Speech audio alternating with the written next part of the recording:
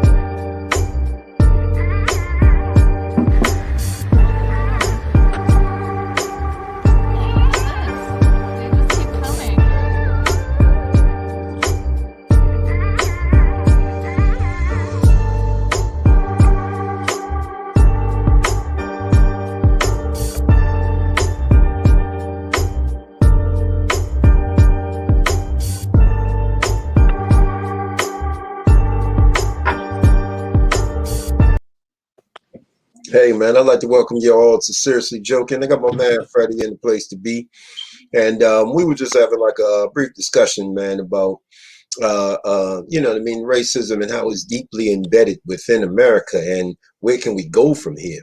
Because even with Biden, you know what I mean, doing all of his executive orders and everything, there is no executive order that you can write. There is no law that you can write that's going to ban racism. Racism starts in the house. Racism starts with your parents and your grandparents, your family, and the things that you are taught growing up.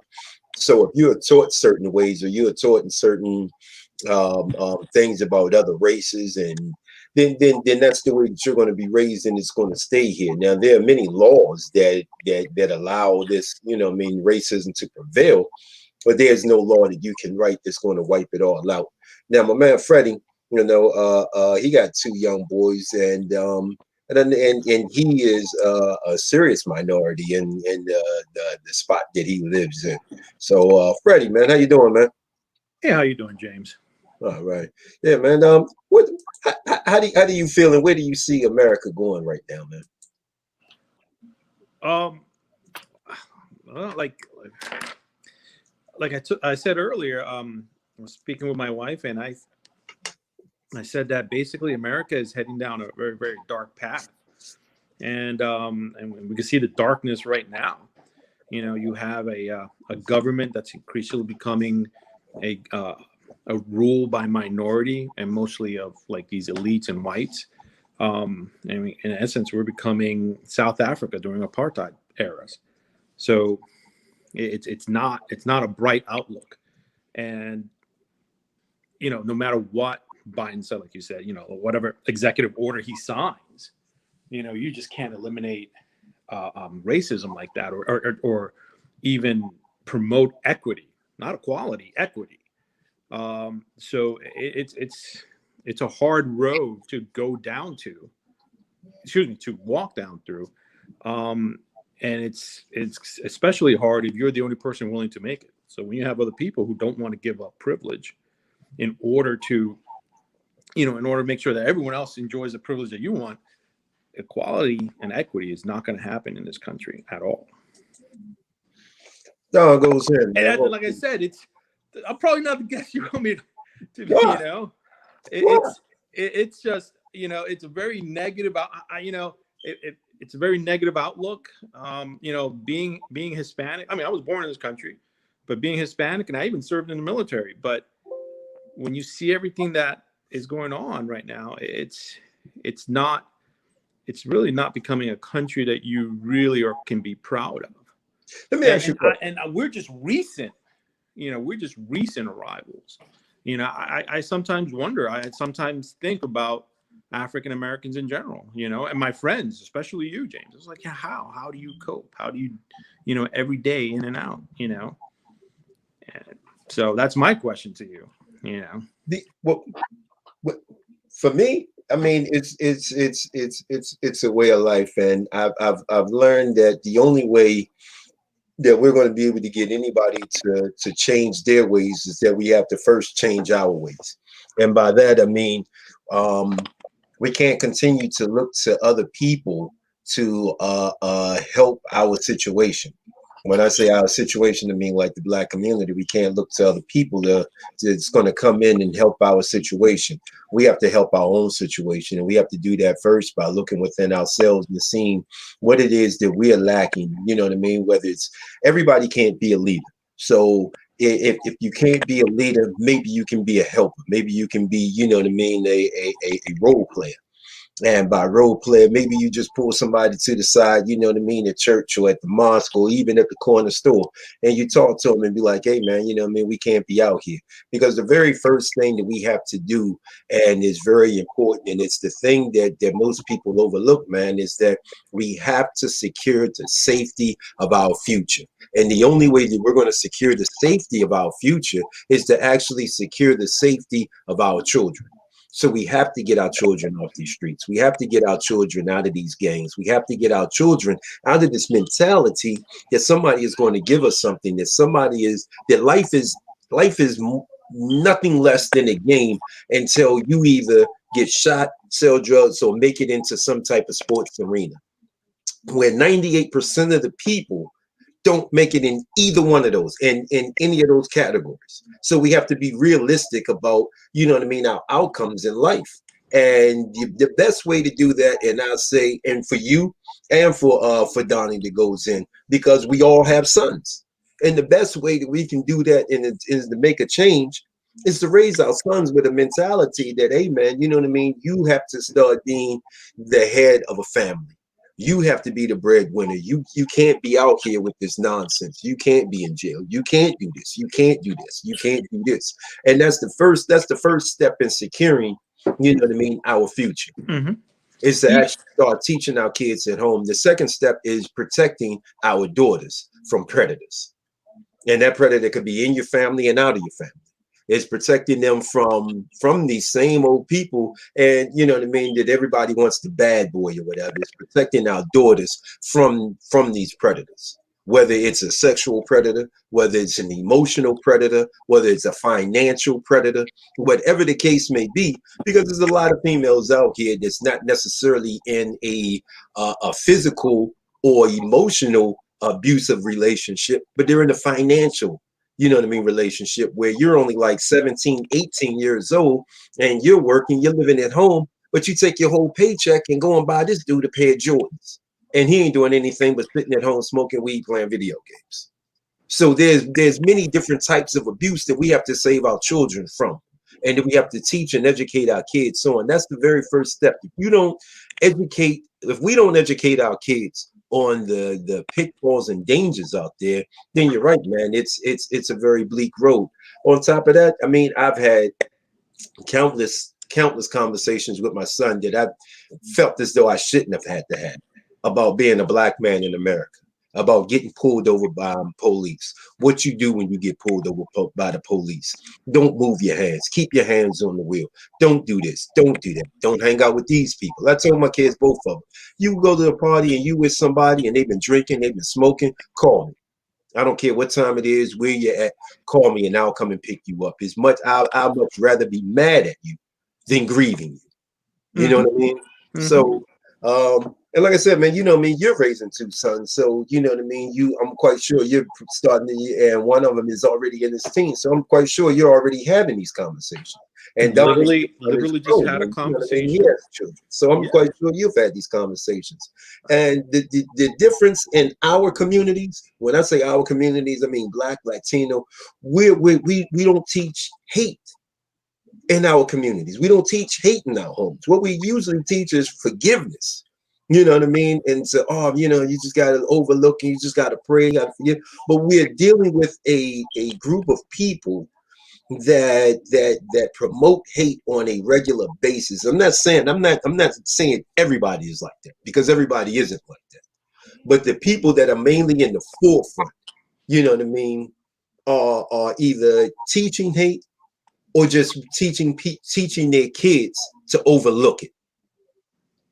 I agree. Yeah, yeah. Although I'm going to tell you, like, you threw the Hispanic community in there. Um, that's actually not really quite true. A lot of um, let me tell you, the first instance of racism that I ever encountered Mm-hmm. was from my own mother. Hmm. Yeah, like when I came back to this country to start school, Okay. right? I left the Dominican Republic. Dominican Republic is quite possibly the most um, ethnically mixed country I think you will probably ever find. Okay. You know, so and my mother's Puerto Rican, so I come to the United States. I start school, and remember I'm playing with this kid, and they have a block party. And we Okay. lived in Astoria at the time, and Astoria was mainly white at the time, Greek, Italian. And my friend who was black, Corey Green, I'll never forget his name. Corey Green comes over. And my white and my comes over and he's playing with all our white friends also. And my own mother says, "Listen, he can't be here." I'm like, "Why not?" Because he's black and this is all white people. We don't want a black person there.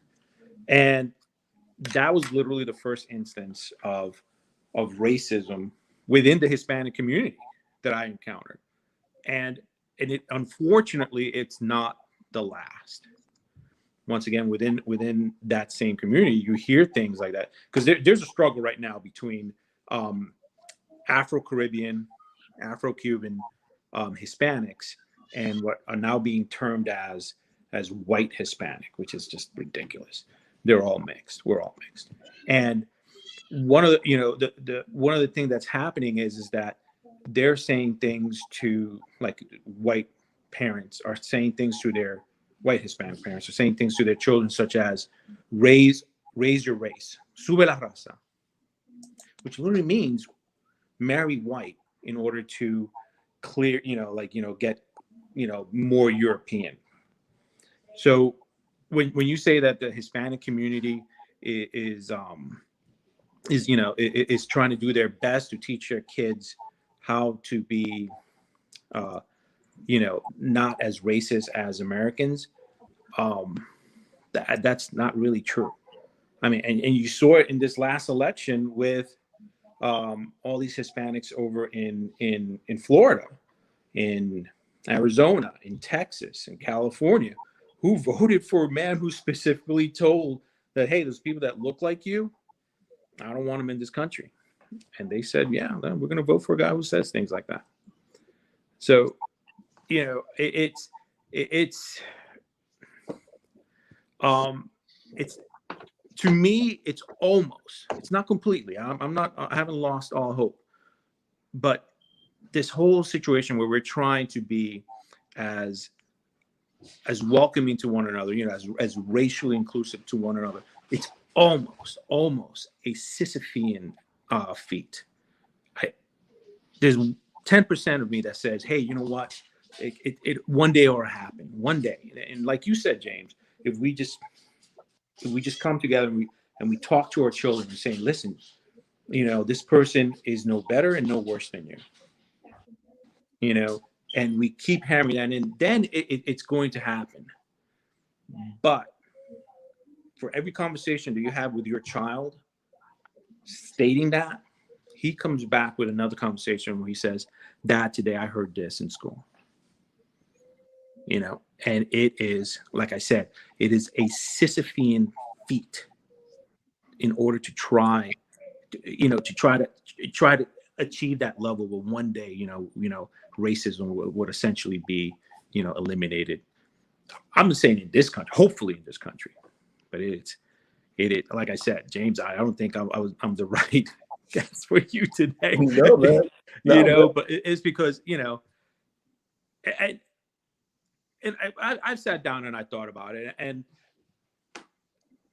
I read some of the articles by James Baldwin, Ta-Nehisi Coates, especially Ta-Nehisi Coates, and he's almost along the same line where he's basically saying, you know, it's at some point African Americans are, like you're saying, James, are just going to have to do it themselves in order to essentially bring this country to what it's written on paper, you know, that all men are created equal. Because unfortunately, the people who are, you know, who are in power right now don't want that to happen, because there's power in that privilege, and they don't want to give that up. Big Don, he touched on a couple of Sorry, things. I talked too much. Oh no, man, you're fine, man. He touched on a couple of things about, you know what I mean, that at some point, man, we may have to leave. And I know, you know, that's one of the things that you promote, you know what I mean, on a regular basis. That at some point we have to leave. And for me, I have mixed feelings about that, because it's a slap in the face. You know what I mean? Thank you for like the 400 years of free labor. Thank you for building the economy, and which is, to me, is one of the reasons why they don't want us to leave, because we are the backbone of the economy. If you pull the black dollars out of like the economy, oh man, these two separate economies are definitely going to fall. But talk to me, Don, about the future of staying here, man, versus leaving. Greetings to everybody on the panel in the chat.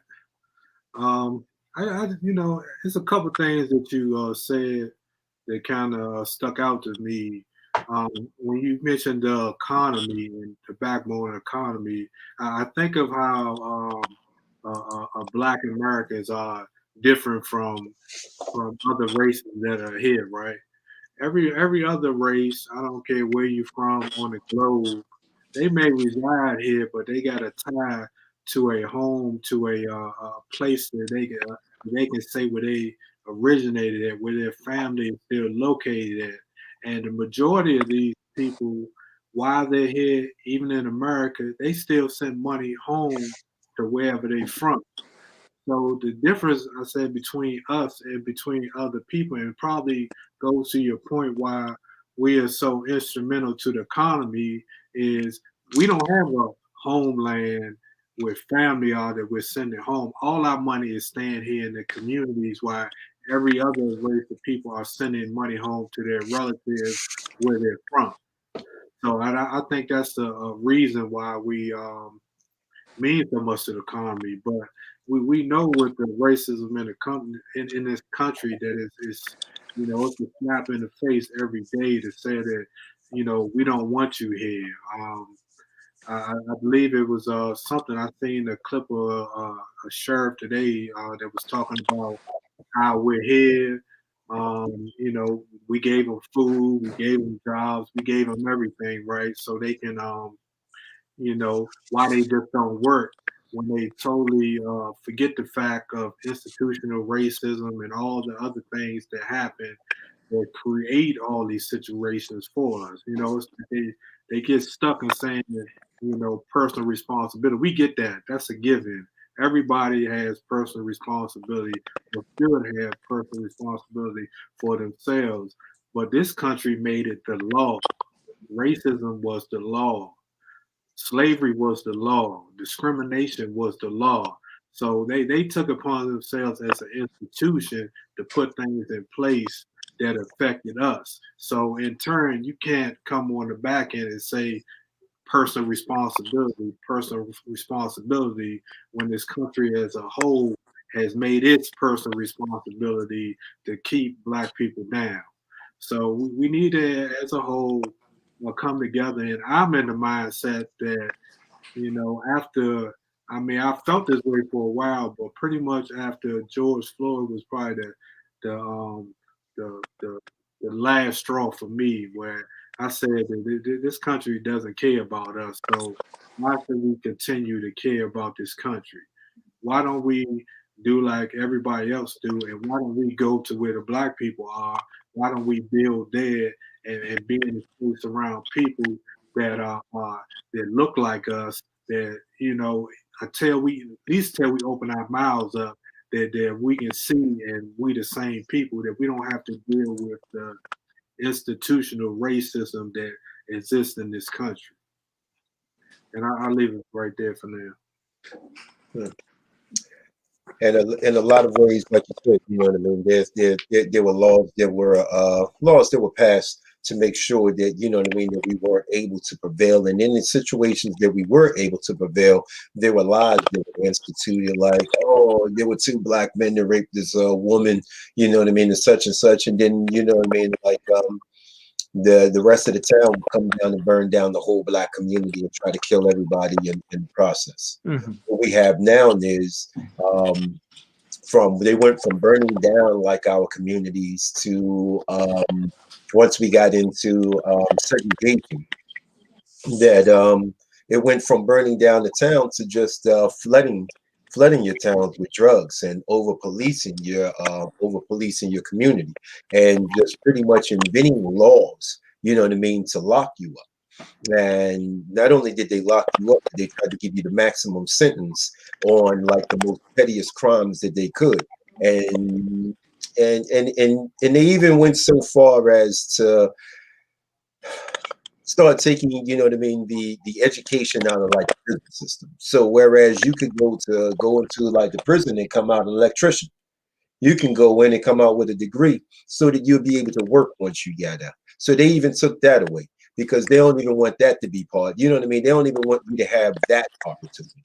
But yet, like you said, you know what I mean, they always come back to like personal responsibility. It's always our personal responsibility to pull ourselves up, but it's never, you know what I mean, their responsibility to repay us for what they have taken from us. One of the things that I was thinking about this morning, and I'll let y'all speak on this, is that I had this list. I tried to post it up on my Instagram, but the picture was too big. You know, our Instagram be tripping, not trying to let you downsize anything or whatever when you putting it up. But a very interesting book, you know what I mean? Black Inventors. And when you look at all the things that we have invented, and the things that, you know what I mean, for comfort, and to try to make life easier, try to make your workplace safer, and that you don't have to work as hard. And then when you look at like the inventions of other people, and I'll just start with gunpowder. The Chinese used it, you know what I mean, for fireworks and firecrackers. The Europeans got their hands on it and they used it as a weapon. When you start looking at like different things, and even like the cell phone, the internet, whatever it is you want to name, if they can weaponize it, they will. And it's absolutely ridiculous, because then you have to stop and say, you know what I mean, you have to start looking into the mentality of the people that are in power, because these people not only are looking to destroy, you know what I mean, us as a race, they're looking to destroy the earth, period, man. They're looking to wipe out life as we know it. And so that they can come back and reinvent it, you know what I mean? So they have laboratories and big corporations that do nothing but collect seeds. They have other institutions that do nothing but take, you know what I mean, a germ, and turn that germ into like a deadly virus. A germ that would have never, you know what I mean, that has never affected man before, all of a sudden now is affecting like the whole world, because it was only exclusively found within, I don't know, let's say the bat population. I'm just, you know what I mean, just coming off, you know, sounds like something out of a movie, but then again, it could be something on your evening news, you know what I mean? And they use this and they weaponize it. And they weaponize everything. So when you look at them and they're in power and they say, hey, you know what I mean, we have to do more to help you out, their intention is never to help you out.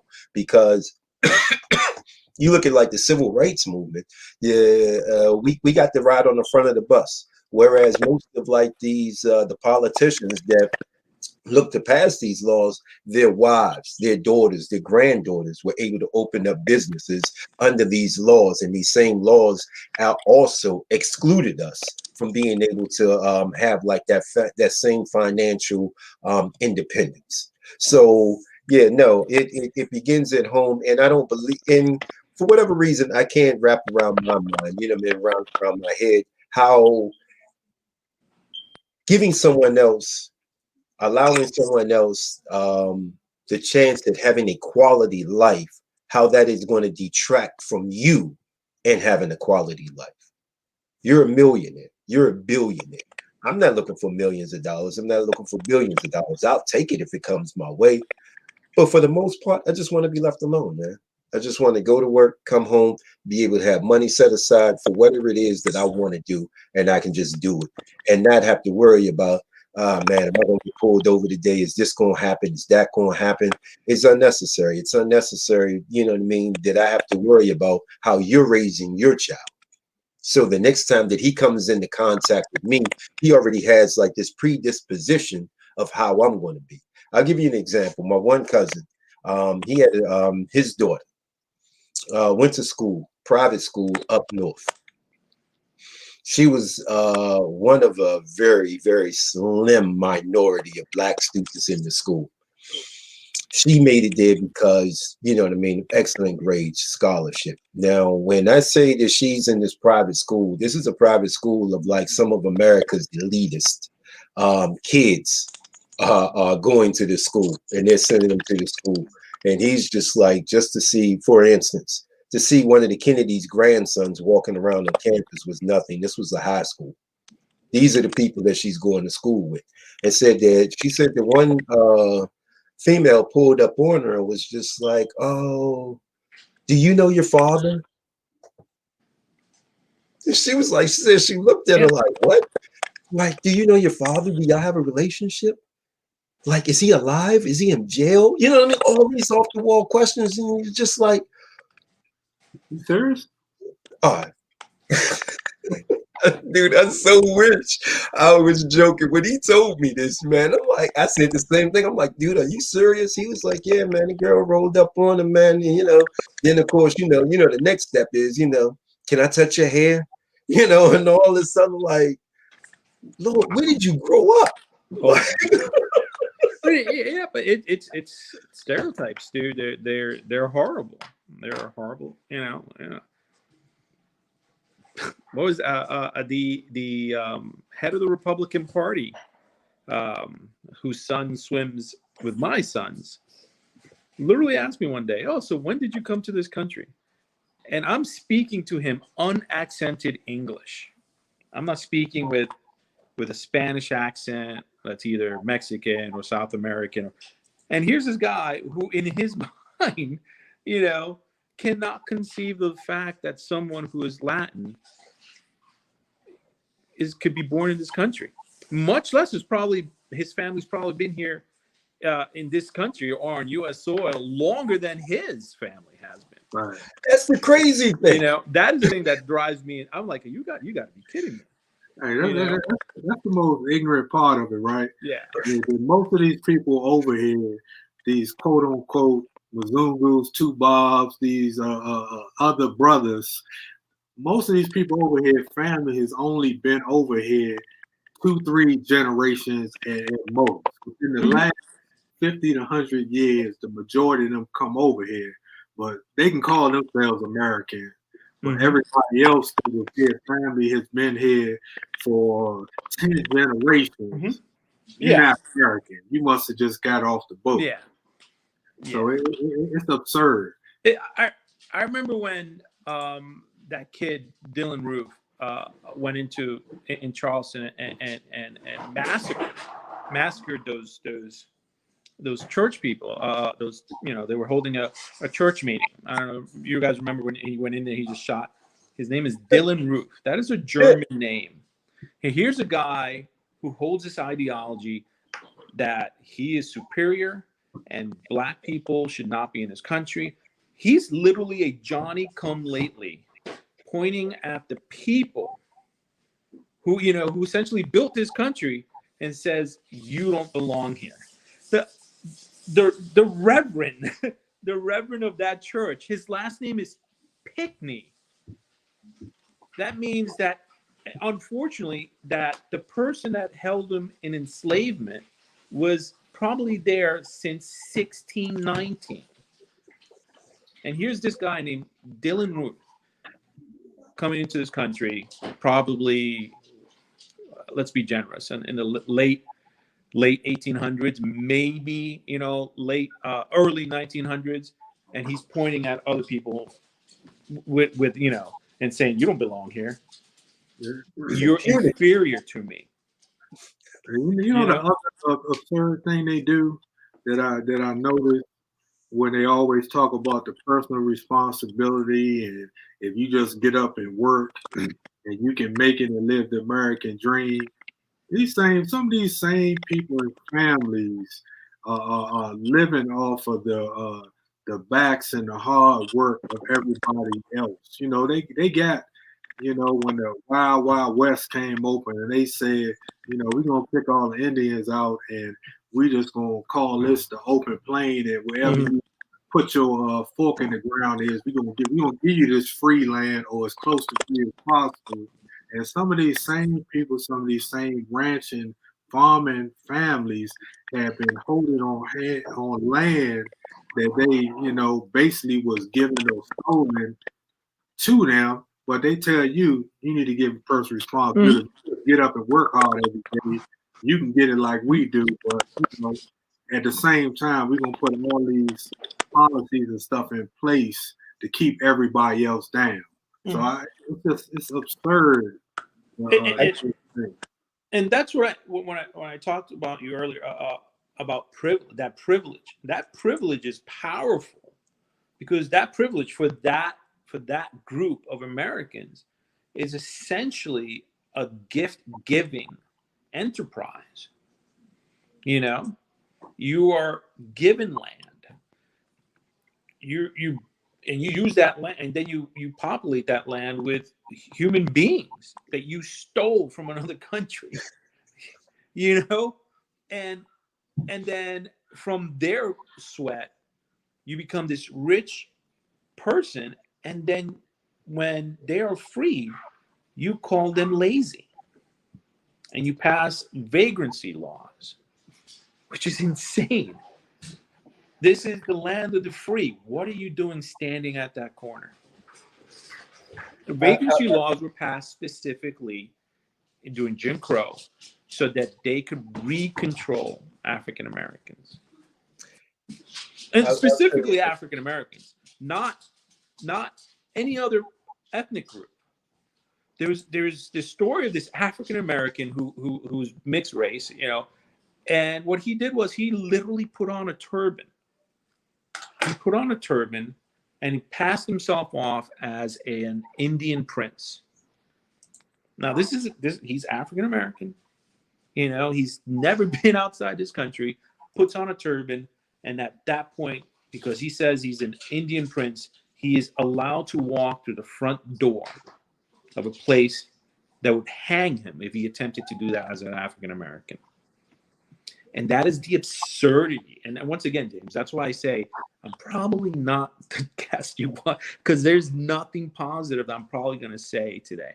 You know, like I said, I spoke to my wife and I said, look, this is Rome on the downslope, and we may seriously need to sit down and talk about maybe leaving this country. It's slowly becoming an apartheid country. It's gerrymandered to the point where white politicians and one or two blacks, like the guy from South Carolina, Tim Scott, the other lady from Utah, her name is Love, but she was just voted out, who are voting against their own, and I call it human self-interest. You know, so these people are doing these things. They're slowly becoming a minority with an absolute power that is going to prevent any type of equity ever to essentially blossom in this country. You know, and James, yeah, you say, hey, let's start our own. You know, let's really get back into our communities and really try to build that up. And man, let me tell you something. No one's going to cheer you harder for that than me. But in my heart of hearts, all I can see is that happening, and then you see a white bank or some kind of other enterprise and they'll probably have a black face there to come in and then suction all that money out. And the reason being is because it's happened before. It's happened before. I had this police officer tell me once this thing here. We were talking about gangs in this conference that we were at. And he said to me, he goes, Fred, the money's never in Wall Street. You want to find money, it's in the ghetto. And that, I mean, this is a white officer telling you this, and that is something, I mean, it's when it's that plain, and it's so evident, it's disconcerting to the least. At the most, it is heartbreaking. Yeah. The one of the things that you said, at the beginning of the turn of the century, when everything was separated, blacks here, whites there, we looked out for each other and everything. And when you look at, there was always a pillar in the community. One guy would be able to go off to school, come home, start up a job, come start up a business, hire within like that community, make sure that those people got paid enough so that they could start their own business, and it built up the community. And like you said, now it's just like, nah, I'm gonna get paid, and yeah, that's gonna be the beginning and the end of it. I'm gonna get paid. It's too much, just me. And we can't solve any problems. It's just me.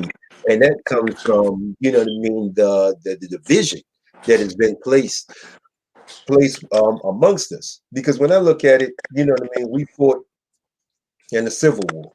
We fought in the Revolutionary War. We fought in the French and Indian War. We done fought in we done fought in every single war in this country. And then you have at the turn of the century, when we're up to World War I, World War II, you have all these black veterans coming home, that the ones that didn't opt to stay over in Europe came home just for, and he's not alone, because there are thousands of other ones. So I don't want anybody to be like, oh, why you picking on Trump? Because his father got all of this money to build housing for soldiers coming home from war, and they excluded all black members of the service. You can go and fight, but we're not giving you no house. Mm-hmm. We're not giving you no house. We're not giving you no loan. We're not giving you any money to go to school. We're not doing any of this. That's when it comes right back to, you know what I mean? You need to take responsibility for yourself. You know what I mean? Like, whoa, wait a minute, man. You know what I mean? You just gave all these other guys, don't tell me what I gave them. I'm just telling you that you know what I mean? You don't qualify. You don't qualify. How many tours did you do? I did 6 tours. Yeah, well, you needed to do 7 to get this loan. You out. You know what I mean? Like, you want to go to school. You want to go to school. Half of y'all can't even read, which is one of the amazing things, because once they stop making literacy illegal for us, we were the fastest group on the planet to educate our own people. So then when you skip and fast forward to segregation, you look and you see that our children were being sent to schools with teachers that never wanted to teach them, with teachers that never wanted them in their schools. Their kids didn't get bused to our schools. We got bused to theirs because their parents could get up and move. Where could our parents move to? There were only certain neighborhoods that we could go. We were very limited in what we could do and where we could go. So you know what I mean? So when we're talking about like this personal responsibility, America has a personal responsibility to they're indebted to us. They're indebted to us. They're indebted to us. They are indebted to us for everything. I agree. Hey, Jay Rich, you got my sister there, Gina Noir, in the chat. We'll send her a quick shout out. She in the same mindset that I am, that it's time for us to leave, cut our losses, and move on. Jen, if you want to come in and say a few words, you're welcome to jump in on the chat. Yeah, I think it's just time. It's time for us to think of what the plan B is. Yeah, it's time to cut these losses, because I mean, how many slap in the faces do we need to have? I mean, I don't know how many it's going to take other people to see that it's not going to change. It's not getting any better. They don't care. I mean, even you mentioned Trump. I mean, it's just, I don't know. I think me and you was talking about this last night, just how absurd the stuff and this that goes on in this world, and how these, it's like they put it in your face. They don't even try to hide Yeah. racism no more. And I watch it. I don't really watch the mainstream news anymore. I normally watch, YouTube. Other people are offline is talking about what's going on, because they just lie so much, and it's like, how many lies does a person have to tell you before you understand that they can't be trusted and you can't trust their word? Example, I was on a conversation the other day, and I think we was talking about the big, they trying to give everybody in their arm, and they were talking about how, I think it was Tyler Perry did a thing where he was trying to promote everybody to go ahead and get the thing, and they was bashing him. But, a brother was on there was talking about, oh yeah, all the docs. I know. I was telling him I jumped on a panel of black doctors, right? So this is all black doctors panel talking about the thing. They talking about the whole vax, and they talking about everybody should go get it, but yet they gave no data. They didn't bring up any factual information. They basically said, pretty much from what I took from what they said, was, he said you should do it, so you should just do it. They didn't quote any studies. They didn't talk about the time frame. They haven't had it out long enough to see with the short term, not alone the long term side effects. They didn't discuss any of these situations that have been happening. People been passing out or dying. They didn't discuss any of these type of issues. They just said, because I got a PhD or a doctorate title in front of my name, and I say it, that it's okay, then we should just follow them. And these people just sit in front of us, and we blindly follow whatever they say without facts. And the brother was in the comment section and was saying, well, it's on all these websites, or the data is out here. Now, how can the data be out here on something they just created for the long term effect?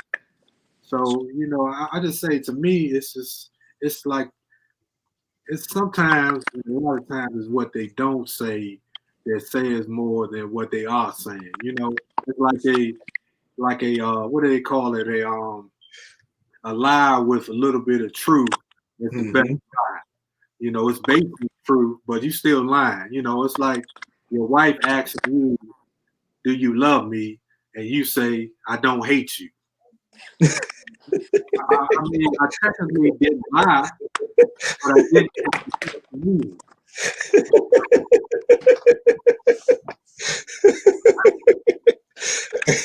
I mean, this is what they doing to us every day on the news. Yeah. They, I'll give you another example. They was talking about your man, Trump and them, and he was talking about the whole voter fraud and all this other stuff, and they lie. He keeps saying, the voter fraud. I'm like, okay, but they get on the news, and what do they say? There is no evidence of widespread voter fraud. So if you're not listening to what they not saying, okay, well, you didn't say that it wasn't voter fraud. You just said there's no evidence of widespread voter fraud. I never heard nobody say it wasn't no voter fraud. Why? Because they know it's always voter fraud. It's what they do. It's every election they lie, and they do it like they do sports betting. They pay the ref off. They may pay a player off, because all they know is that it's almost 50-50, and all they need is a little leeway here and there to win the game. So they always leave that room in there for them to get out of it, and they always say stuff in a way that when they got to come back, then they can say, "Well, I didn't lie." Well, we know it was there. I don't know why y'all know it was there. They had people that were putting up fake mailboxes to collect the ballots. They had people that were destroying ballots. This is stuff that they give you this little piece of truth here and there. That if you don't put it all together. You don't get the bigger picture. They telling you that this stuff happened, but they saying, oh, he's lying, but there's no widespread evidence of what happened. So I'm just saying all I have to say, they lie. I don't believe nothing they say. They just gave me enough lies to know that they are lying.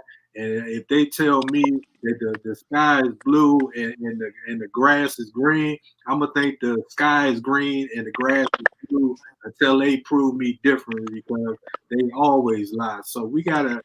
How do you live in a space and live with and and cohabitate in the space around the people whose whole mission since we've been here is our destruction? I mean, they pretty much looking at us. They probably think we're like, God damn, like, why they won't die? Like, what else can we do to these people to exterminate them and they still here? Why are our numbers going down and they won't die no matter what? So I don't know. My perspective is it's time to go. But let me ask you this. Let me ask both of y'all this. So, and I would love for Miss North to actually jump in here if she can. I keep putting up the link, but so when you're looking at, like you said, you know what I mean, Freddie, when you're looking at Puerto Rico, you're looking at the Dominican Republic, you're looking at Africa. I'm looking at Africa, and I'm looking at how China is quickly moving throughout Africa and taking over. And they're doing it at a nice slow pace. They're not rushing it and everything. But each country that they're in the towns that they're in, they already set up their own police force. Imagine that. Imagine, you know what I mean? You and I going to, I think you said something about Gambia. Imagine you and I going to Gambia. We pick our family, and then we say, yeah, I feel better if I was able to like set up a police force, you know what I mean, to protect, you know what I mean, my fellow Americans as they come here to Gambia. Gambia, you're gonna be looking at us like, what you mean you're gonna set up your own police force? What kind of nonsense is this? But this is the things that they're doing as they're moving throughout like these countries. The other thing is France still has a stronghold on about 23 nations on the African continent. China is also looking to take control over Jamaica by loaning them money for like so that they can build up their infrastructure so that they can be in debt to. And that's the same thing that they're doing with like these other countries. You know what I mean? Either they're selling them arms or they're giving them money for their infrastructure. So when we say like, all right, we need a safe haven, where are we going to go? Where you know what I mean? Where do we go that somebody else that already, you know what I mean, is has shown that it's not in our best interest to be around these people or have these people around us. And I think that China has gone out of its way to show that it is definitely not in our best interest to do business with them.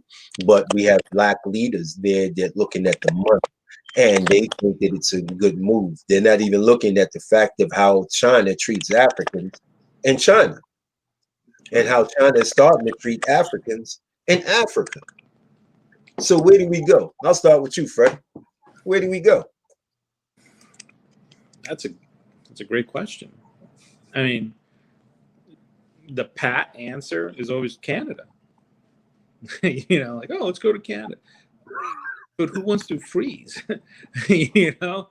And man, Canada ain't as liberal as people think it is, man. I've had a few experiences in Canada, man. It's like Canada is this close to being a theocracy.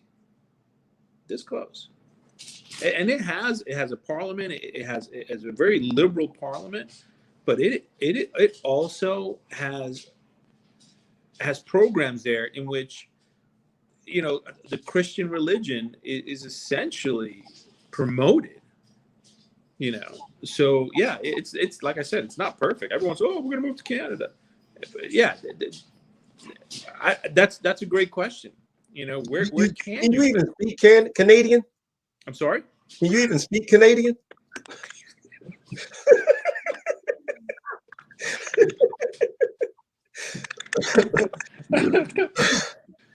I mean, like, yeah, where can you go? I mean, like, on what side can you fall? Can you, like, on your side, James, where you're like, hey, listen, we built this country, it's ours. Damn it, maybe we need to take it. Peacefully. There's no such thing. No, There's no such thing. Yeah, he froze when he said that. Yeah, there's no such thing. Yeah, because you know what? This dude is a history major, so he already knows that there's absolutely positively no such thing. No, or do you, or Donnie, Huh? I lean towards, but where can you go? You have a great question, James. Would you go back to the Dominican Republic and live? I'm sorry? Would you go to the Dominican Republic and live? No.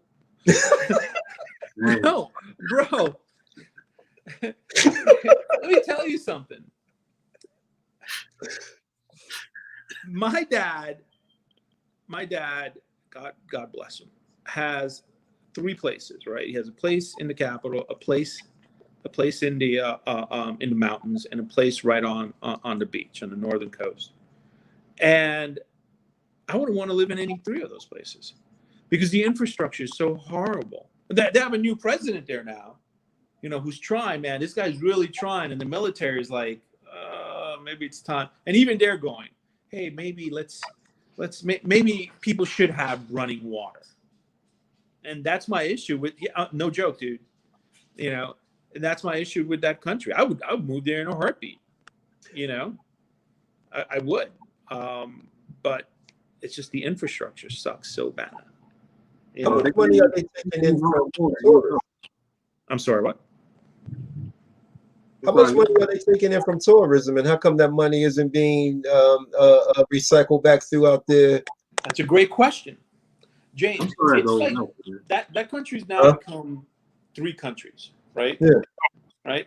You have the very, that would be the very eastern coast, the Punta Cana, La Romana area, right, where all the resorts are. It's called El Cibao, right? And then you have the middle of the country where the capital is, and essentially the rest, right? And then you have Haiti, and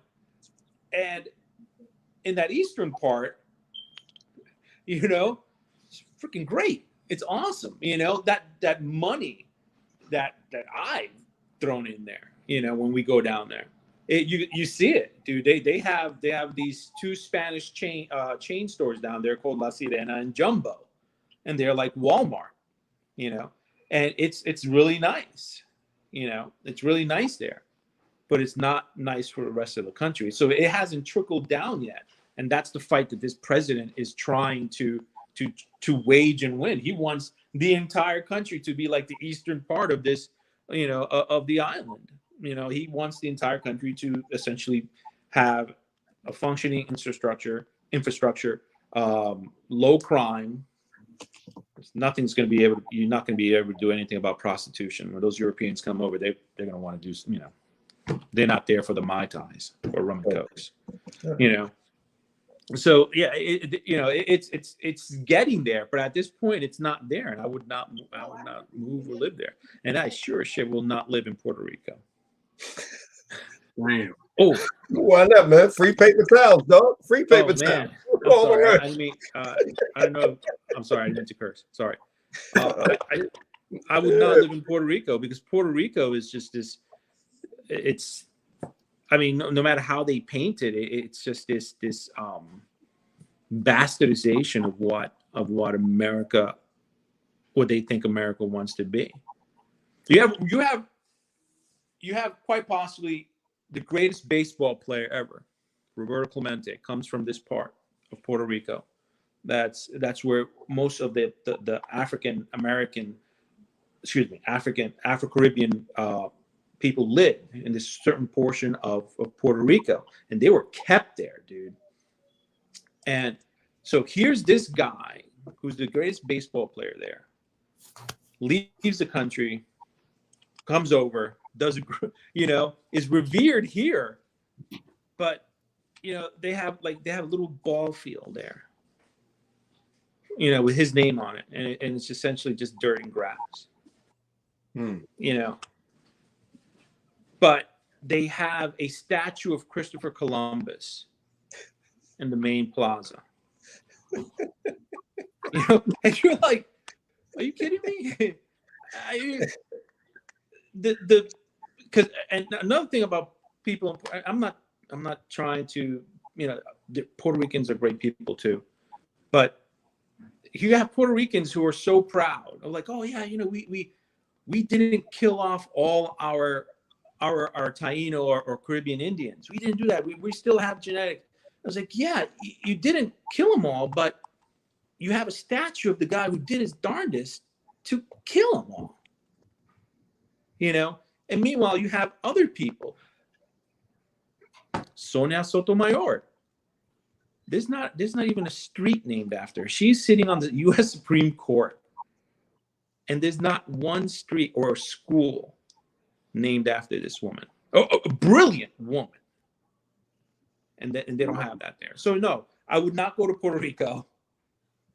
And Dominican Republic, maybe 5 more years, and that may be a good to go. Okay. You know, it depends on how well my kids do in swimming. If they become Olympians, I'm going to be here forever, it seems. Miss Noor, how are you? Hey guys, how are you? Can you hear me? Yes, indeed. Welcome to the show. What do you think so far? I see you posting up. You know what I mean? Where are we safe? Where's our safe haven? You know, I was thinking about that while you guys were talking, and I could imagine. You know, I was sitting there looking at you guys, and I was thinking, 3 black men, and I don't know what it feels like to be a man and not be able to say, "Hey, you know, this is somewhere I could make my people safe." I know what it feels like as a woman to be unsafe. Mm-hmm. But, you know, with you guys being men and having that to be, you know, the responsibility, you know, coming to this earth, men are supposed to secure, they're supposed to make you safe. I mean, when I was thinking, while you guys were talking, I was thinking in my mind, you know, where are we safe? I don't, the women in Africa aren't really safe, and the children in Africa aren't really safe. And I don't think there's a place in this earth that we, you know, if you have melanin in your skin, are safe. And I don't know what we can do as the people to turn that around, guys. I really don't. Because we can't stick together, we can't come together. So I just don't know how that's going to happen for us. Because you see, my brother just mentioned something about, you know, the Afro-Spanish people. Half of them don't even want to be Afro-Spanish. I had a friend who's Puerto Rican, and I'm Haitian, so I know a lot about the Afro-Spanish thing because I'm right there, right next to Dominican Republic, and they don't consider themselves Black for the most part. It's a struggle to meet a Dominican that will admit that they have African DNA. But I had a friend, and she said, oh, she did her DNA test. And she looks like a European Spanish person.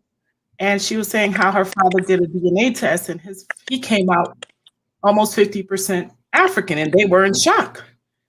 And she just looked like she was devastated, y'all. She just looked like she was devastated. It was like the worst possible thing that could happen. And it hit me. It hit me right then and there. That's been our biggest problem.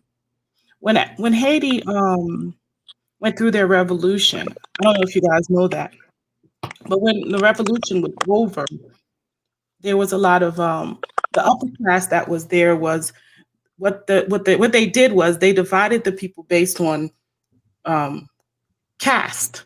They had a caste system, meaning that if you were, you know, of course, the darker you were definitely the lower class slaves.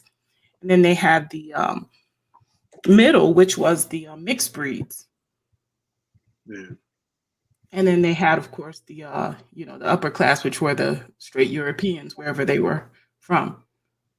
well, when slavery was over and the revolution was fought, the caste system did not go away.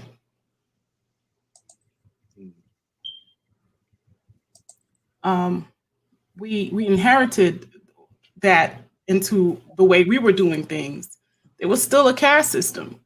And if you look at our communities today, I mean, there's still a caste system, and I'm not talking about complexion. Now it's more of a, it's financial as well. When you go to Africa, you see all these big, beautiful homes, and people build these homes, and they have these big ass walls that they use to cover these big ass wall, beautiful, beautiful homes. Sorry for the language. But, you know, right outside the walls, there's no streets. And I always say that because I need my Africans, my continental Africans, to really hear this, and I need us to hear it. You know, what you do external speaks a lot about what's going on internal. And I ask myself, what is happening to us internal that we can't unify or can't understand where our priorities should lie?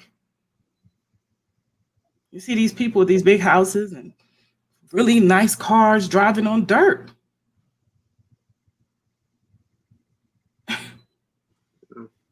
So, and, you know, that pushes you to ask yourself, where are you safe? I don't think there is a place on this earth where we have our priorities right. I agree. So I agree with you 100%. And I think that's a very powerful image that you're giving when you're saying, you know what I mean? You got like these big houses and you got these people living in these houses. You drive your Benz on some dirt. And I understand where it came, you know what I mean, when it started, but I don't understand how it's been a little. We're doing the same thing in the hood, yo. We have these the ones of us that live in the hood we'll live in these shambled up neighborhoods. It costs what to get a couple of some cement and just, you know, patch up your steps. Remember back in the day how people used to come out and wash their steps? You know, you used to see them old, like people would be outside running, you know, in the streets playing, you know, and there would be people on Saturdays coming out to scrub their steps and clean off their windows, get the dust, pick up the trash off the streets, everybody working together. Because we used to own. Africans, they said it used to be like that there too, where people would work together and do things to their capacity. It's just that something has happened. I don't know if it's in the water, where we're all just self-contained.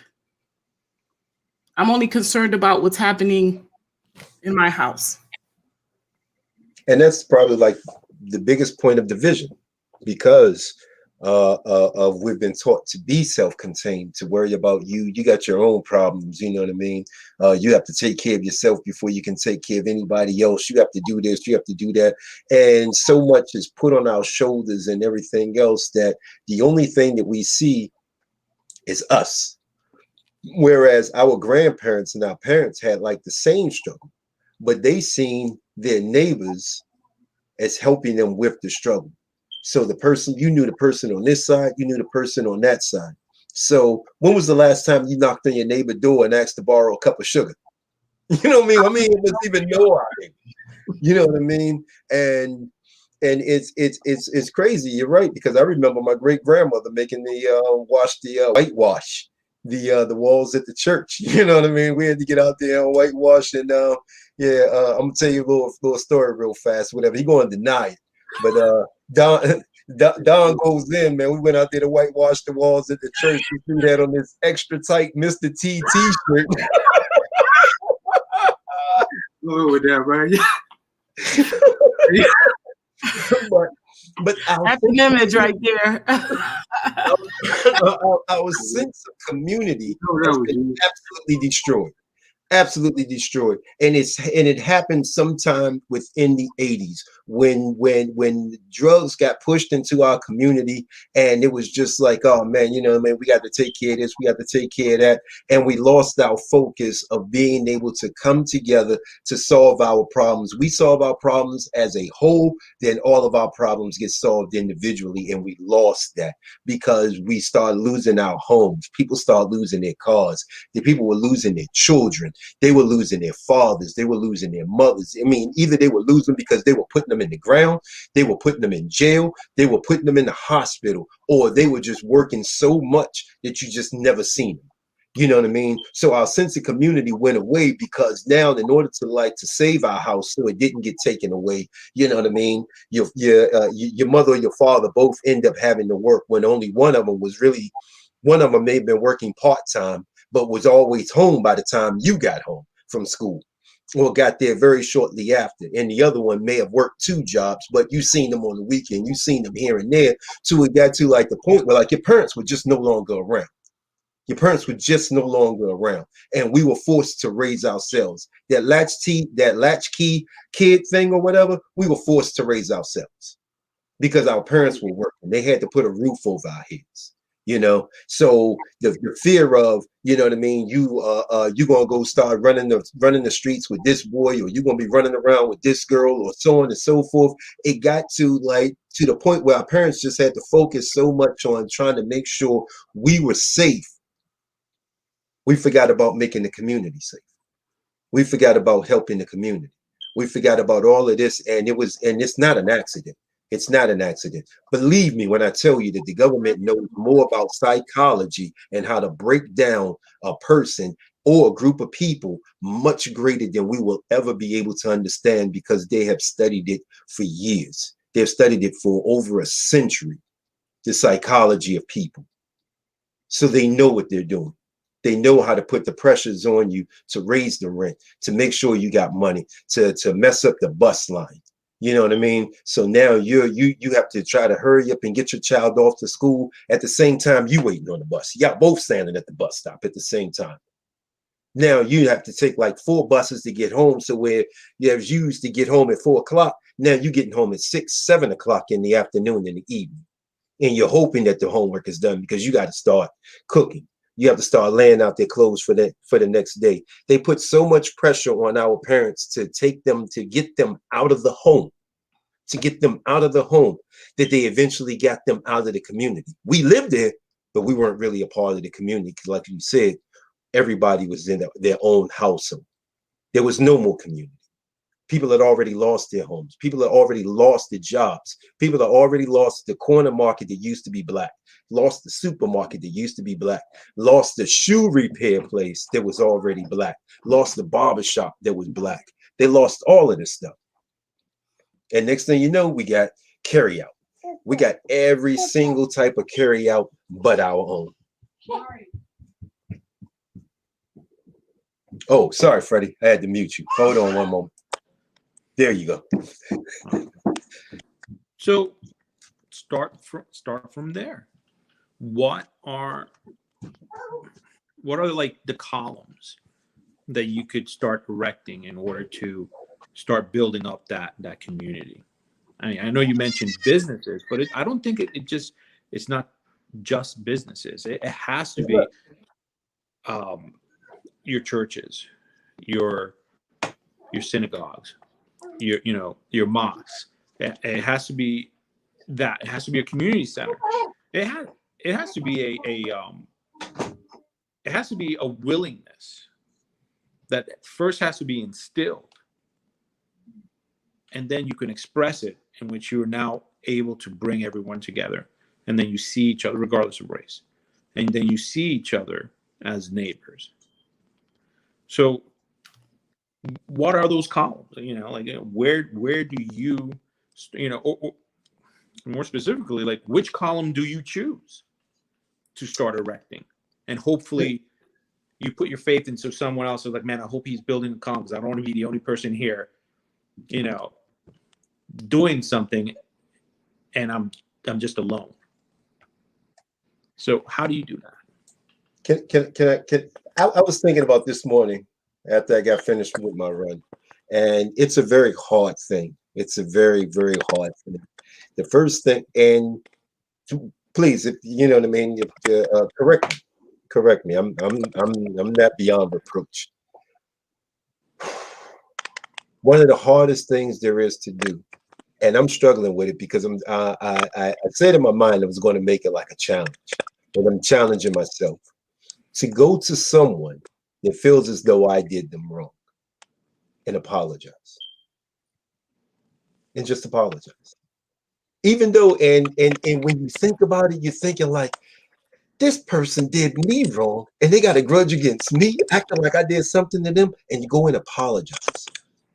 That right there is the true, you know what I mean? For me, it's going to be like the starting point, the true character of rebuilding relationships. And so it could be like the neighbor that keeps parking and you wait for you to dig your car out the snow.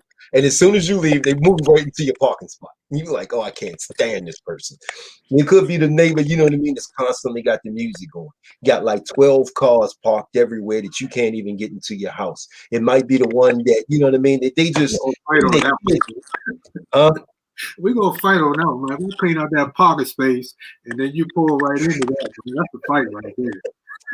I mean, but you understand what I'm saying, though, man. And at least some choice words, you know. That's going to be the number one thing that to repair the community, man. If you go and you knock on your neighbor's door and you say, you know what, I know we had our differences, so on and so forth. I'm sorry. That's going to, you know what I mean. That's going to be one of the biggest things. You know what, James? I'll do you a solid. I will specifically do that tomorrow. Wow. And I have a person in mind. I do. Yeah. I have a person in mind. For like 3 months and I ain't did it yet. No. And I think I told you about this. Remember the weekend before MLK Day, you know, and there was these counselors and these unit managers eating, and you know, and I told them, hey, well, guys, have a happy MLK weekend, and one of them turned around and says, well, you too, just don't burn down any buildings. And my response, because you know me, James, I can't let something like that stand. I immediately said, well, you know what, I'd rather burn down a building than kill a cop. And that woman gasped. Oh, and by the way, she did go and file a little paperwork on me concerning that. Mm-hmm. And my supervisor over in Harrisburg laughed. Yeah. But anyway, I'll do you a solid. I'll go up to that lady and I said, listen, I am sorry. I'm sorry that I offended you that way, or that something like that would be offensive to you. Donnie, what do you think? I think you're a bigger man than me. Because, that sounds like a Mzungu right there. And I don't know if I should apologize for that one.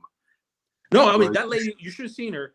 That lady audibly gasped because she could not, in her mind, could not comprehend the fact that someone she just, I don't know whether she did it intentionally or knowingly, but who she essentially insulted would have the temerity to stand there and just essentially say, look, I'm not going to stand here and be spoken to. So this is how I'm going to respond. She could not comprehend that. And she felt super slighted enough that she went and said something, you know. But I'll do you a solid, James. I'll go up to her and I'll say, hey, you know what? I'm sorry if I offended you some way or the other. And I will not even cross my fingers. I'm just gonna ask this question right here. Can we forgive? I mean, who are we forgiving? Our neighbors. Which neighbors and why? Which neighbors are we forgiving? Because I don't think, to be honest with you, I really don't think Black people have an issue with Black people as much. I don't think Black people really have an issue with. We don't hold anything really. I think what it is that it's like you put people in a confined. When you put people in jail, they automatically become enemies. You know, you put people in hostile situation, they automatically become, because it's every man for themselves. Mm-hmm. I don't think that's the issue. I don't think us not having any love for ourselves is the issue. What happened to our communities was well orchestrated. It wasn't something that we did to ourselves. I mean, it was orchestrated. It was a domino effect based on what was brought to our communities. You know, first they took away our mom and pop shops by, bringing certain stores in the neighborhood that was cheaper or had more access to the certain things. And, then they bought the drugs. The people that came and had businesses did not invest in the community like our mom and pop stores did. So these things were not, what are we talking about forgiving? I could forgive there's nothing I cannot forgive. There's no reason for me to forgive my brother because I don't hold anything towards anybody. Mm-hmm. Like, if you do something, I don't even go to sleep angry. But when it comes to us and what's happening to us overall across the board, I think it's time that we really deal with the reality that we might have to make some really tough choices. We could go like this forever. And they're not going to get rid of us because you know why? It's nice having those people at the bottom. Yeah. I have an image that I always have in my head. It's this image of this colonial times, this old man, and he has this little black boy underneath his feet as a footstool. And it's a real picture. It happened somewhere in Angola. Yeah. I'm sure it was happening because they used to be bed warmers. We used to be bed warmers here in America where they would have you sleep at the bottom of the bed to make to stop a draft that way. So that being said, we could go like this forever. They're always going to keep a certain amount of us because it makes them feel good. This is not just physical, it's psychological as well. When I think about it, right? It's if they don't have us to be mean and to put down and to say you're not like them, what are they going to do? Start fighting each other again?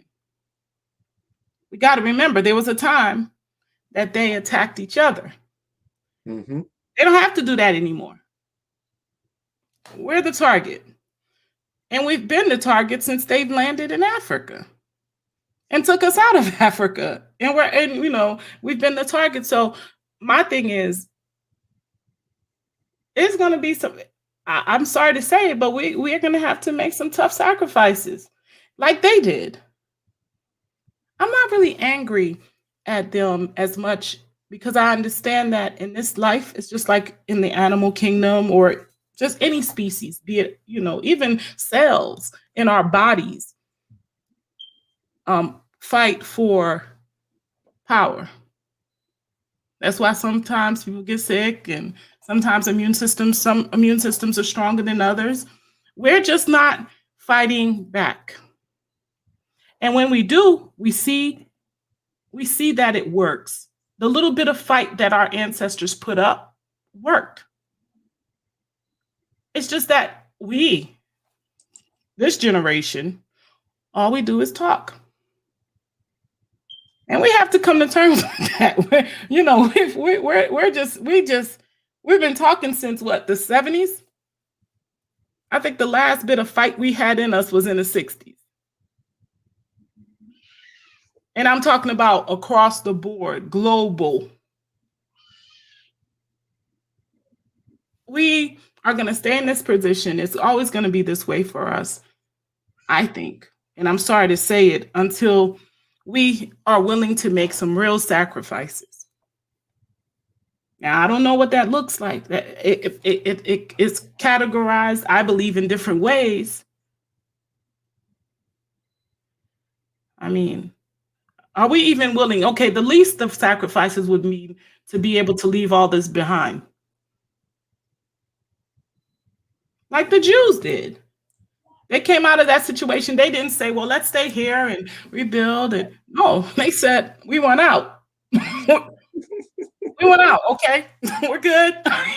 We don't want, I don't want to think, I hear people say this, and I think I heard it earlier here. People say, we fought for this. Oh, we died for it. We've been dying ever since we came here, and some of us, have sifted through and we've survived, but we didn't fight for this. We were, for the most part, pushed into a situation where we had to fight back. But when are we going to make the actual sacrifice as a people to truly protect our future selves? I don't know if that's possible. But, we could talk about a lot of things that's happened in our community, why they happen, what we can do to be nicer to each other. But until we understand that we've been a target, we'll continue to be a target until we unite and establish ourselves in a way where we are uniformic and we're basically, we got to become what everybody else has become to protect themselves. Savage. And that's sad, but it's true. At least that's my opinion. And maybe it's because I'm a little Haitian. My mind is telling me there's going to be no way out of this unless we step out from that corner that they've got us pinned up in. Mm-hmm. Hey, you know what? I was having a conversation with my nephew today, and smart kid, really young, and he calls me all the time, and he likes to FaceTime all the time. So I don't know, for some reason I was showing him the picture of my great grandfather that I posted on my page that my grandmother gave me, and I was just telling him a little family history of our people. And he was telling me, and yeah, I heard you wanted to go to Africa. And I'm like, yeah. He like, why? I said, because we African. He said, no, I'm not African. I'm Jamaican. I'm like, well, where do you think the Jamaicans came from? Africa. And I'm saying this to say, and like Brother Freddie was talking to earlier, that, and Gina knows this as well, that we are the same people. Just because you from your grandmother or 2 generations or 3 generations back is from Jamaica, we all got here the same way across that water, and we all are African. And Fred, you alluded to it. You was talking about the Dominicans, how the Afro Dominicans, and all these different tribes that we have embraced among ourselves to divide ourselves from each other is the problem. Until we get to that first pillar of our unity, that first pillar of us getting out of this space that we are, we need to stop segmenting ourselves into little populations on this side of the island or that side of the island and realize that we one island, because these same people are the minority. How is a minority of people globally controlling the majority globally? And how is that possible? Why? Because they have made us think that we aren't the same people. We are the same people. We once we come together and realize that, then we'll fight back. And something else they said that y'all said that kind of got to me. My aunt, my great aunt, and I'm like the historian of the family, right? My great aunt on my father's side, and she's a nun, and she wrote a book, and she grew up in D.C. And in her book, it was like she was like a teacher or something for years, and she, so she wrote it like a children's book, but she was basically telling the history of how her family, her siblings, they grew up in what we would call today one of the roughest neighborhoods in DC, the projects. They grew up in there, but in their projects, they didn't have no lock on the door. We ain't had no real lock on the door back then. You had the little fake lock on the door. She talked about how her mother was, how clean they were, and how they were always taken care of, and how their neighbors, how if they needed something, even if you need something and you wasn't home, they would come in the house if they had to, and they would leave you a note or something, let you know it was there. But nobody was in a place where they felt like you were stealing from me. You know, it was a community. And I'm thinking just because I was in the fire department and I done ran some calls in some of these neighborhoods that, you know, that 50 years ago was a neighborhood and now is just the hood. And we find that mentality. How did we get there from there? And James touched on it, and everybody touched on the taking the fathers out of the homes, from bringing the drugs in the community, from us thinking that we're not the same people, from all these things they have done to us to divide us. It is the problem. It's time for us. 2021. It's time for that over. And to your thing about apologizing, I don't. This country ain't never apologized to us, from what I can remember, for what was done to us. They ain't You going know, they gave us a fake. We're going, 400 plus years of slavery, murder, abuse, labor stolen. Before and after slavery, and they want to give us Harriet Tubman on a dollar bill that they won't even pay us for what she fought for. But we're going to put your image on so you can walk around with a promissory note you never going to get.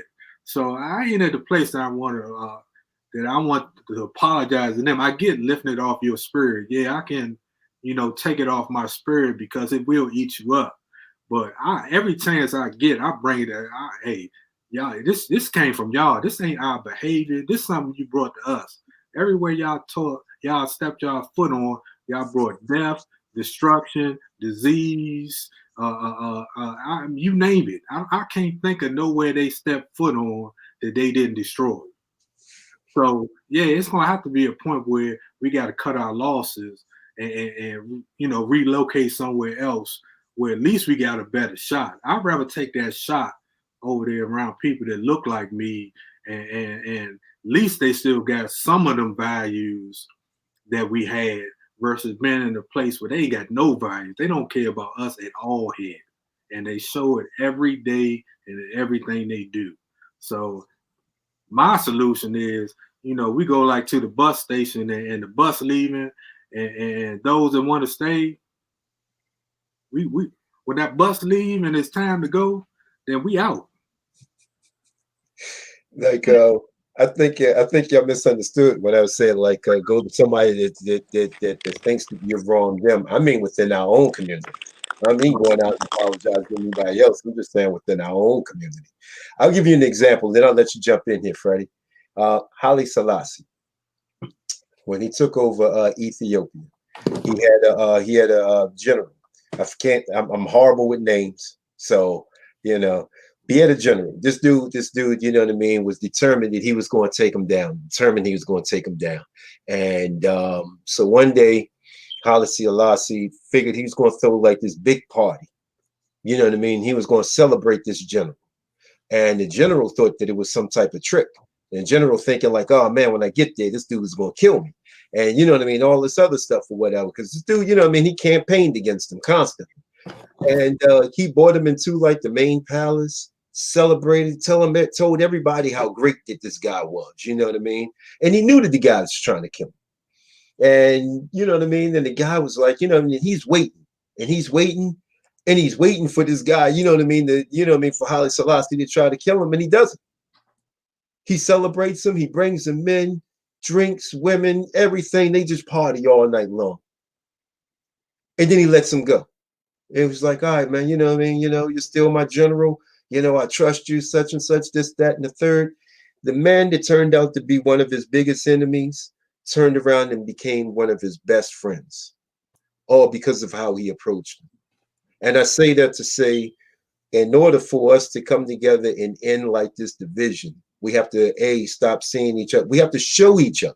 It's not that, that we have to stop seeing each other. And we have to show each other that we're not enemies.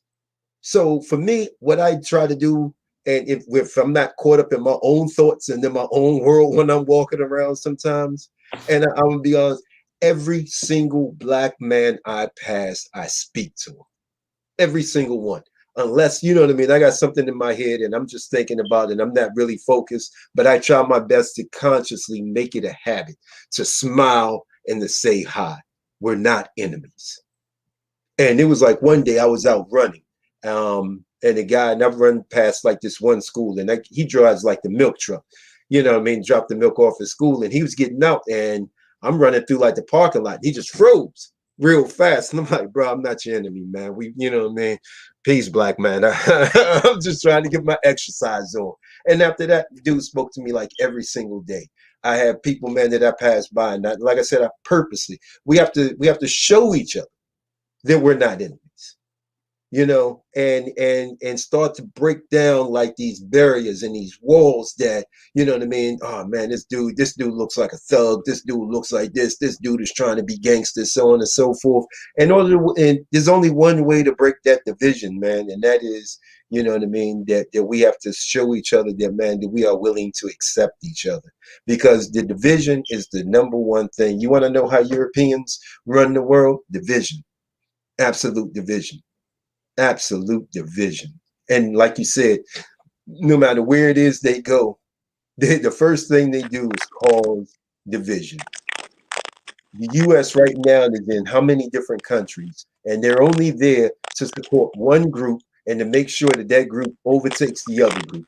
Now, when that group starts doing whatever it is they want to do, then they'll just go ahead and support another group. And it just keeps a civil war going on in all like these different countries. And if you think that just because they're doing it in Afghanistan and Iraq, they're also doing it in DC, they're doing it in Baltimore, they're doing it in Philadelphia, they do it in New York, they do it in Chicago, they do, you know what I mean? They everywhere that they don't want you to unite, that's where they are. And they make sure of it. I'm sorry, go ahead, Freddie. Fred? Freddie? Unfortunately, that was my son who came over and waved hi to his Uncle James. So he's back from swim practice, and I got to go. We're gonna go read. I just want to say, I really enjoyed this conversation, and I hope that I'm invited back. It was a pleasure to meet you both, Donnie. And I'm sorry, I forgot Sylvia. I'm sorry, Gina. Oh, okay, it's a pleasure to meet you, and I mean your voice is tremendous, and I hope to hear it again. But I got a dad duty is calling. Okay, it was a pleasure. Hope, and I really do hope to see you guys again. Yeah, we're not inviting you back. Later. Good night, everybody.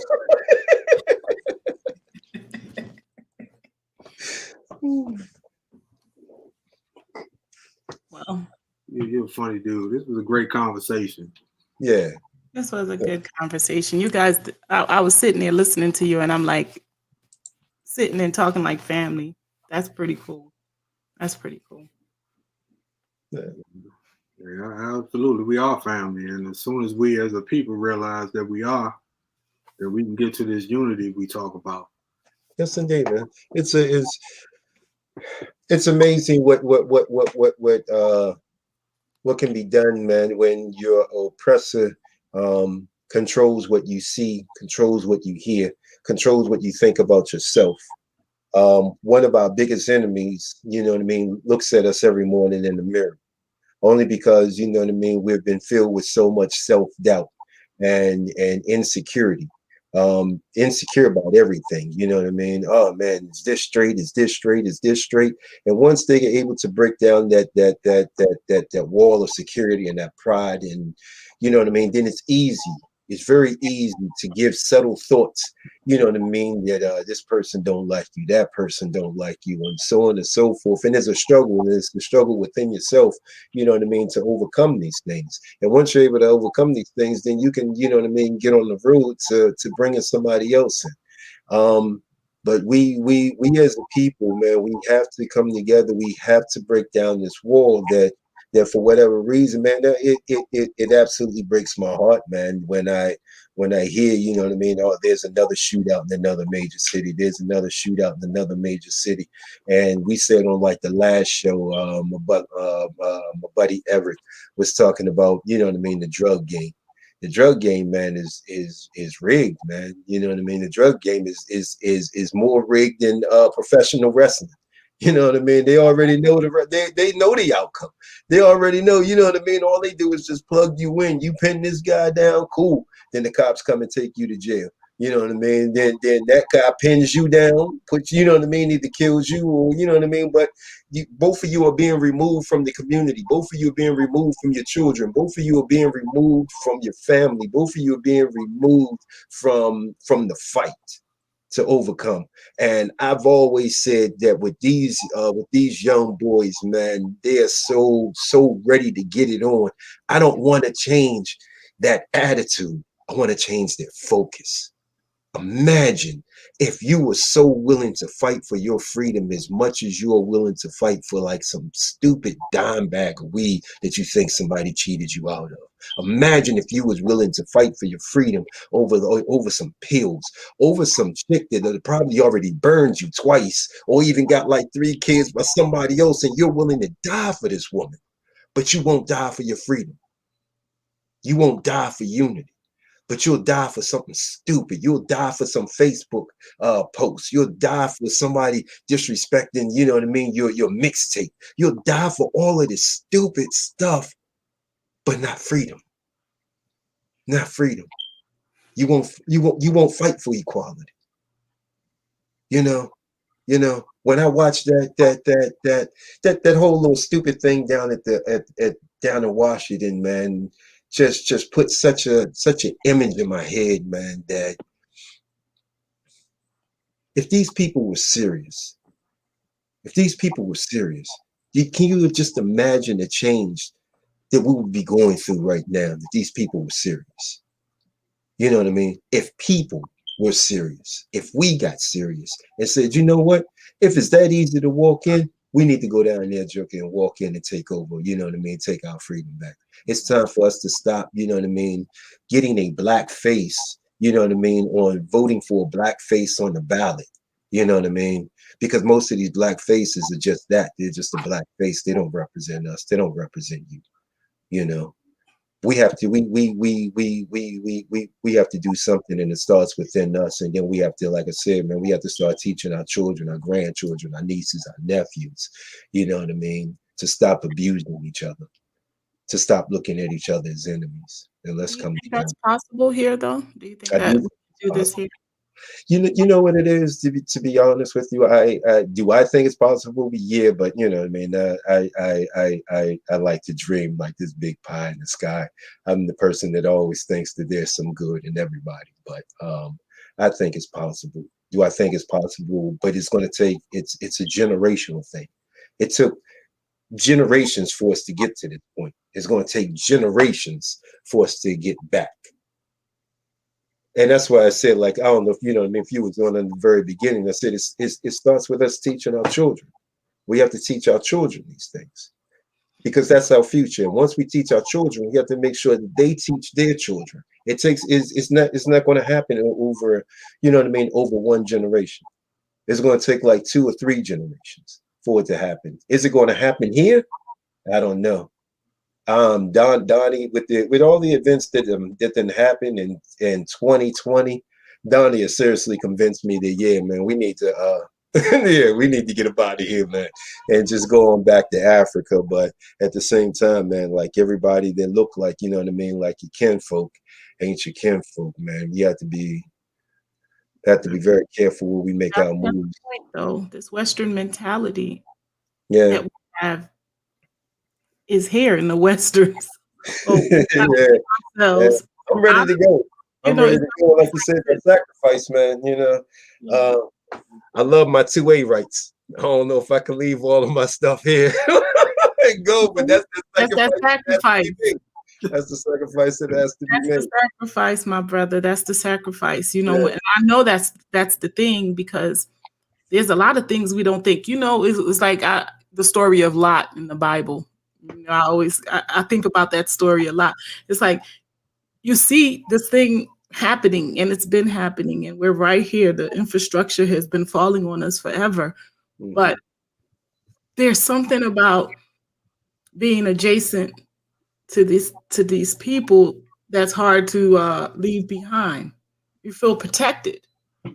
We feel protected in this society, and that's and it says a lot about being afraid to go build our own. And I'm not saying this to you. I'm saying it to me because I'm still here. I'm in Atlanta, Georgia. I'm not in Africa. My people are from Haiti. I'm not in Haiti. I'm in Atlanta, Georgia, feeling the same thing you're feeling. Like I'm used to this slavery. I feel like I'm one right now. I feel like I'm one of those slaves that was like, hey, I know where I'm at now. I don't know if I run, what's gonna happen. And there's a few of us that feel that way. Because this is what we're used to. We're protected here. In our minds, we don't know what the other side holds. All I know is this. It's all us over there. Here, it's never going to be all us. It's always going to be that Western mentality because you could instill in your children what you may. But when they go to school, they teach them other things. And when they watch TV, they're seeing other things. And when they go outside of your home, the world is offering other things. And that's why we keep getting derailed. Why are we afraid to leave all this behind? If all of this is what's been keeping us encaged, and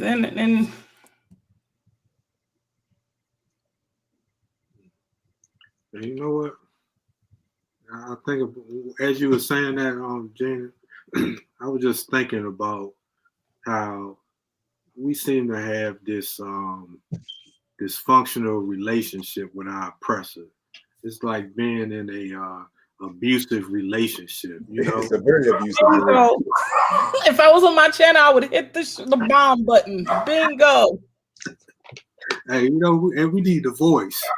Well, you missed that, this brother, man. I mean, it's like a slash between what is it, Morgan Freeman and God. I felt like Africa was talking to us. I'm like, this man is not a real person. I gotta figure out how to sample his voice. I had to play it over and over and over again. I had to play it over and over and over again, Donnie. But that's what I feel like. I feel like we're punks. I feel like we're afraid. I feel like we're afraid to stand for ourselves. We're afraid to fight for ourselves. We're afraid to come from behind their fence. I feel like the door is open. The fence door is open, but we're like that dog that just sits there and, not even willing to go outside of it because we're afraid of what it will mean to take care of ourselves. What it will mean to be responsible for what happens. I don't know. I was watching Animal Planet today. For some reason, my wife loved Animal Planet, right? And the dude was on there, the dog whisperer. So he on there, and it was this dog was doing the same thing. And as you said that, it just came to my mind that this how we are. It's a dog, and the dog must have been abused by people in uniform. So every time the husband came home, the dog would run. He would back himself in the corner, and the dog whisperer dude, had to slowly go through these steps of making him more comfortable to get him out this state of fear, so that that he could live a normal life as a dog. And that's what we are. We've been abused for so long in so many different ways, but a lot of us still love our oppressor. We love this dude that's been beating us, for forever. He beat our mama, he beat everybody, grandma, he beats everybody, but we love him because it's all we know. But it's time that we're gonna have to come out of that. It's time we're gonna have to wake up and let that mentality go, because we're gonna have to leave those behind. If you okay with being beaten, at some point you're gonna get killed. We gotta leave you at the bus stop, and you're gonna take your beating, but the rest of us gonna have to go. But I want to say this too, because I'm just thinking about, I know Gina knows all the stuff that's been going on, and it was a sister that went to the Gambia Phoenix Rain. She got robbed, and it hurt me to my heart. I couldn't even watch her broadcast because I've been watching this season. I've been watching her growth, and we talk about that healing when you put your foot on the continent. It's like I witnessed her growth from being there, and she gets robbed by some dudes. They steal her phone, but it just makes me think of God because after that happened to her, it makes me have hope for our people because all our grandbaby and sisters came out to her aid. Sammy, Angie, I mean, yeah, I mean they all came out and supported her. They put on their channel. They asked people, could you help support her so she can be made whole? And this she got so much love from the and they the ones that should have, because that was one of their countrymen.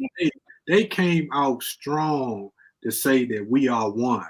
So that's what give me hope that we can make it, because we seeing it in our face. We're seeing how we can unify, and something that was so bad that happened is going to be used for a greater purpose to show us unity. So I got hope that we gonna make it there. Everybody ain't gonna make it. Let's say that everybody ain't gonna make it. Some of us we gonna leave them at the bus stop.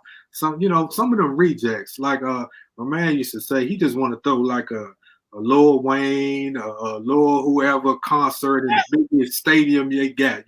All the foulest, rapping, and all the ones that sold us out, and throw a big concert in the biggest stadium they got, invite all of them up in there, just drop a bomb on it, and let's start over. oh my, that's a bit much. All right. Well, Okay. We got to do all that. Can't we forgive them? yeah, God goes in for president is no longer an official slogan here. Genocide over here. Hey, I'm just saying, some of these people got to go. Oh yeah, Some of these people that are never gonna leave. You know why? Because this is the stuff they're the type of people that won't leave. There. So you don't got to worry about them. And when they get to Africa's so real right now. It needs work. These people are used to polished things. The fake people, I'm gonna tell you something. What I'm realizing about Africa can't last in Africa, because it's like you got to go down there and polish it yourself. You can't prepackage get it polished. It's real. So you've got to be real. I can't imagine people like that being able to really go down there and make it through, because some people just like that prepackaged.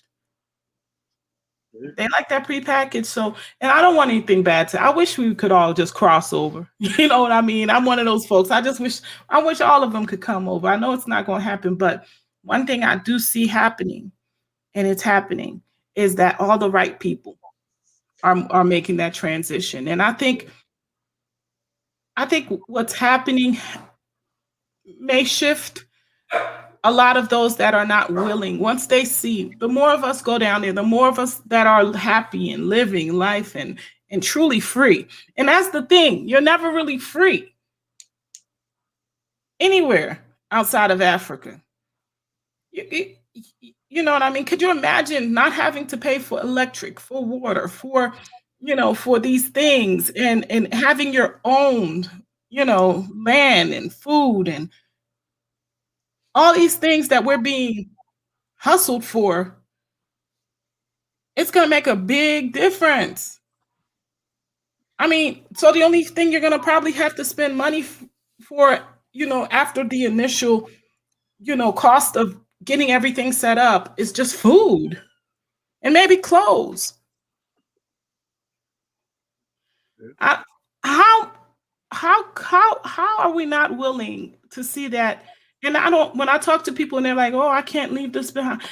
I've worked so hard. And I'm like, and you don't want something better for your children? Right. How about giving them the opportunity to never have to work like a rat on a little what do you call that again, Donnie? Yeah, because you may not benefit from it because you're going to have to put the initial investment, but your children's children. That goes back to the sacrifice you were talking about.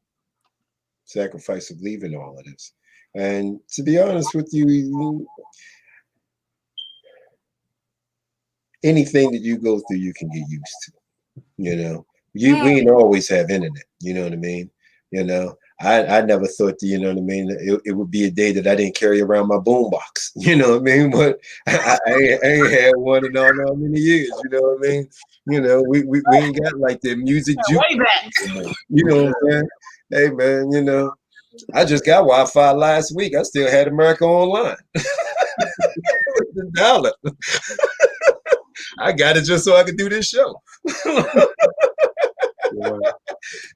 You know what I mean? But seriously, man, you know what I mean? Some of the things, you know what I mean? When you start getting into like actually really breaking it down and being honest with you, no joke, you know, start breaking it down. You're talking about produce, freshly grown produce without all like the pesticides and all the side effects. We're talking about real chicken, real beef, real whatever it is that you eat without all the hormones going into Unfluoridated water. How about that? Water with no fluoride or poison or even, you know, whatever else they put in it to dumb us down. Yeah, depending on what city it is, you know what I mean? Depends on what poison you get. But yeah, you know, and you know what I mean? And then you know what I mean? And your health starts to change. Your mentality starts to change physically, mentally, you know what I mean? Even spiritually, you know what I mean? Everything starts to change. And then you say, you know what? I can't believe after about a year or so, you're sitting there, you know what I mean? And you say to yourself, I can't believe it took me this long to go, you know? So I guess, you know, I mean, get with Donnie, man, and see about when we gonna get this trip going. We need to hurry up and get it going, man, before they start talking about Denmark already started talking about some vaccine passports. So I'm trying to be up out of here, man, before I gotta take any old thing, or you know, man. Be like an Arnold Schwarzenegger movie up in this joke. I got like some fake chip on a fake arm over here. With him to scan and be like, all right, he got it. Let's go. You know, man.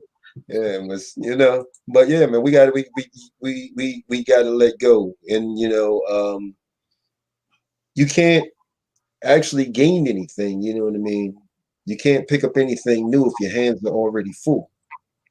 So only thing that you're ever gonna have is what you got, until you let it go so you can pick up something else. You know what I mean? And this is old. This right here is old. This is old, you know. And yeah, man, I'm out to get with you, Miss Gina, so I can bring you back on, because you said something very powerful when you first came on that I think about all the time. And that is, you know what I mean, as a man, how do you protect your family and everything else? And I say to myself all the time, you know what I mean, it doesn't make a difference how well armed you are. You know, if you don't know how to use those arms, it doesn't make a difference how well armed you are. If you know what I mean, you're in one place and they're somewhere else. It doesn't make a difference if your family can't, you know what I mean, if you can't teach your family how to protect themselves. But we'll make that for like another show. I got to get up at like 5 a.m, so I'm gonna have to cut this one short. You know, the funny thing is, we was talking about being on here for like 15 minutes. I think you did a little bit more. I think you went a little over. Yeah. Yeah. Just this was a really great conversation. I shared it on my channel, so I hope some what people is your channel?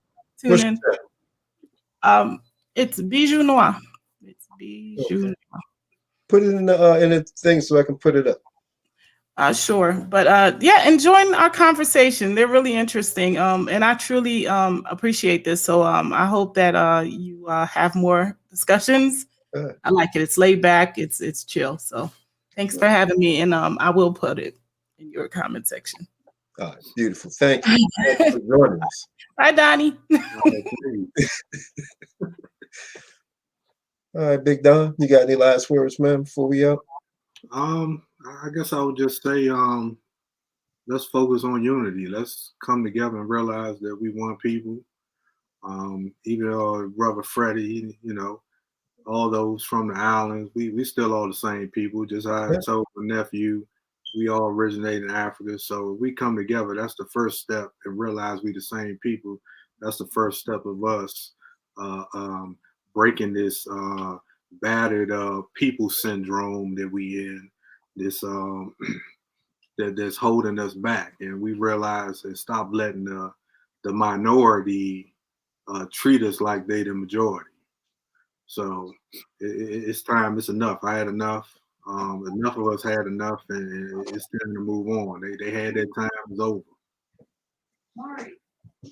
All right. I agree with you, man. So with that, man, we out, man. Thanks, Don. Appreciate you coming in, man. Let's do this again, man. A little, after work wind down, man. Later. Peace. We out.